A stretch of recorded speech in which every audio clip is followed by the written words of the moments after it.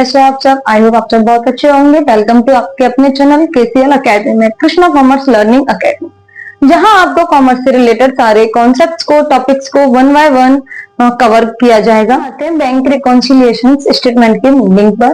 तो पढ़ते हैं, it is prepared on a particular date to reconcile the bank balance in the cash book with the balance as per as passbook. यानी कि cash book और passbook का जो भी रिकॉर्ड करते हैं उसमें, उसको रिकॉन्साइल करता है, उसको समाधान निकलता है एक पर्टिकुलर डेट पर ये प्रिपेयर किया जाता है। Why showing the reason for difference between two, कि कैश बुक में और पासबुक में जो भी डिफरेंस है उसका रीजन क्या है, इसको शो करना बैंक रिकॉन्सिलिएशन स्टेटमेंट का काम है। नेक्स्ट है, amount deposited into the book is recorded in the bank column. जब हम अमाउंट को डिपॉजिट करते हैं, विड्रॉ करने जाते हैं बैंक से, तो वो दो कॉलम में हमारा लिखा जाता है। तो फर्स्ट कैश बुक साइड और दूसरा पासबुक में। तो cash book on a debit side and while withdrawal are recorded on a credit side.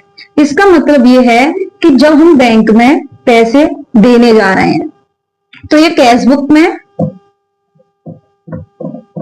Debit side रहेगा, ठीक। और जब हम पैसा इससे निकाल रहे हैं तो ये कैश बुक में क्रेडिट साइड आएगा। इसी तरीके से बैंक में जब हम पैसा जमा कर रहे हैं तो वो पासबुक में क्रेडिट साइड आएगा, और जब हम पैसा निकाल रहे हैं तो वो पासबुक में डेबिट साइड आएगा, ठीक। पासबुक हमारे पास रहती है, कैश बुक जो है बैंक के पास रहती है। तो जब हम बैंक में पैसे को डिपॉजिट करेंगे तो वो डेबिट साइड आएगी, बैंक में डिपॉजिट कर रहे हैं तो पासबुक में क्रेडिट साइड आएगी। जब बैंक से हम विड्रॉ कर रहे हैं तो कैश बुक में क्रेडिट साइड आएगी और पासबुक में डेबिट साइड आएगी। अब हम देखते हैं कि इस कैश बुक और पासबुक में difference, cash book and passbook में क्या डिफरेंस होता है। फर्स्ट है prepare by, cash book prepare की जाती है बिजनेसमैन के द्वारा एंड पासबुक प्रिपेयर की जाती है बैंक। रिकॉर्ड, कैश बुक में बैंक ट्रांजेक्शंस फ्रॉम बिजनेस के पॉइंट ऑफ व्यू से ट्रांजेक्शंस को रिकॉर्ड किया जाता है, और पासबुक में बैंक के पॉइंट ऑफ व्यू से ट्रांजेक्शंस को रिकॉर्ड किया जाता है। थर्ड है बैलेंस। सो यहाँ पे बैलेंस, जो बैंक का बैलेंस जो शो होता है वो बिजनेस बुक में किया जाता है, और यहाँ कस्टमर्स का बैलेंस बैंक बुक में किया जाता है। डिपॉजिट एंट्री, अभी मैंने बताया कि डिपॉजिट एंट्री जो है डेबिट साइड आती है और इस डिपॉजिट एंट्री पासबुक में क्रेडिट साइड आती है।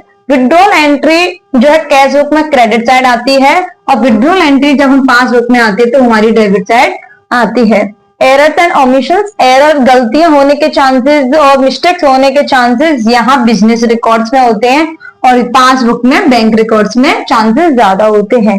किसके लिए यूज किया जाता है? कैश बुक को डे टू डे ट्रांजेक्शंस को रिकॉर्ड करने के लिए किया जाता है, और पासबुक को वेरिफिकेशंस के लिए और रिकॉन्साइलेशन के लिए यूज किया जाता है, कि अभी इन दोनों के बीच में ट्रांजेक्शंस करने के लिए, एंट्रीज को करने के लिए कि क्या मिस्टेक हो सकती है, क्या मिस्टेक हुई है, क्या डिफरेंस आया, किस कारण की वजह से डिफरेंस आया, उसको वेरिफिकेशंस करती है, फिर रिकॉन्साइलेशन करती है उसका। तो ये इसका डिफरेंस है कैश बुक और पासबुक का। की वजह से डिफरेंसेस आते हैं, ये देखते हैं।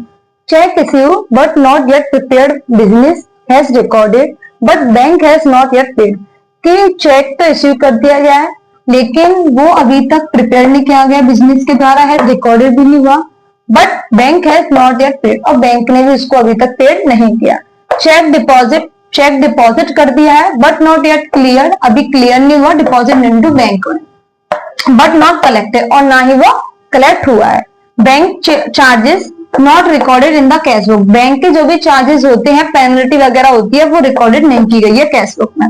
Direct deposit by customer, customer के द्वारा डायरेक्ट डिपॉजिट तो किया गया but not yet recorded in the cash book, लेकिन वो कैश बुक में अभी रिकॉर्ड नहीं किया गया। Interest allowed by bank not entered in the cash book, bank के द्वारा इंटरेस्ट को अलाउ तो कर दिया गया है लेकिन वो अभी एंटर नहीं हुई है कैश बुक में। Dishonour cheque not yet recorded in the cash book, cheque जो है डिसऑनर हो गया है लेकिन अभी तक उसको रिकॉर्ड नहीं किया गया कैश बुक में। एरर आइदर बाय बैंक और बिजनेस, जो भी कोई भी एरर आ सकता है किसके द्वारा, या तो बैंक के द्वारा किया या फिर बिजनेस के द्वारा कोई भी एरर हुआ है, इन वजह से भी ये डिफरेंस आता है कैशबुक और पासबुक में। अब हम देखते हैं कि कैशबुक और पासबुक में जो भी डिफरेंस आता है उसको हम सही,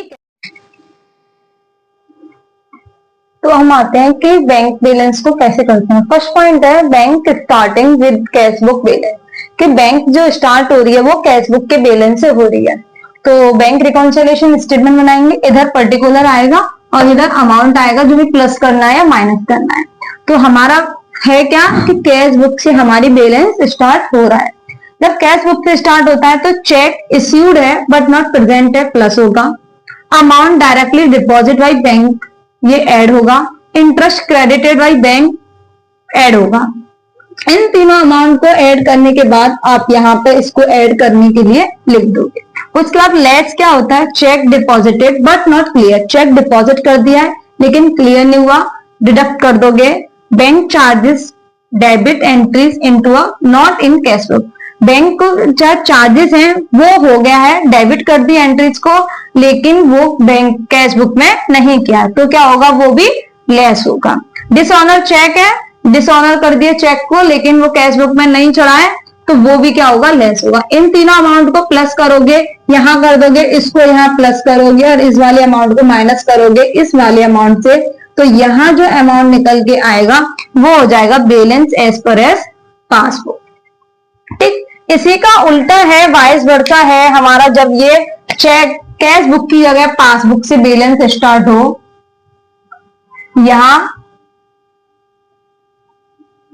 पासबुक से स्टार्ट हो रहा है तो यहाँ पे क्या आएगा, बैंक बैलेंस एंडिंग में कैश बुक का आएगा। जो यहाँ ऐड हो रहा है वो लेस हो जाएगा और जो यहाँ लेस हो रहा है वो यहाँ पे ऐड हो जाएगा। तो ये हमारा जब क्या हो गया, bank balance as per as passbook. जब बैंक बैलेंस पासबुक से स्टार्ट हो रहा है तो जो ऐड वाले थे वो लेस हो जाएंगे, जो लेस वाले थे वो ऐड हो जाएंगे। यानी कि लेस होगा cheque issue but not present, amount directly deposit by bank और customer, interest credited by bank या customer, cheque deposited but not clear, bank charges not in the cash book, dishonour cheques. ये तीनों चीज को हम minus करेंगे और ऊपर की इन तीन चीजों को ऐड करेंगे, इन तीनों को लेस करेंगे और नीचे वाली तीन चीजों को ऐड, इनको लेस करना है और इनको प्लस करना है।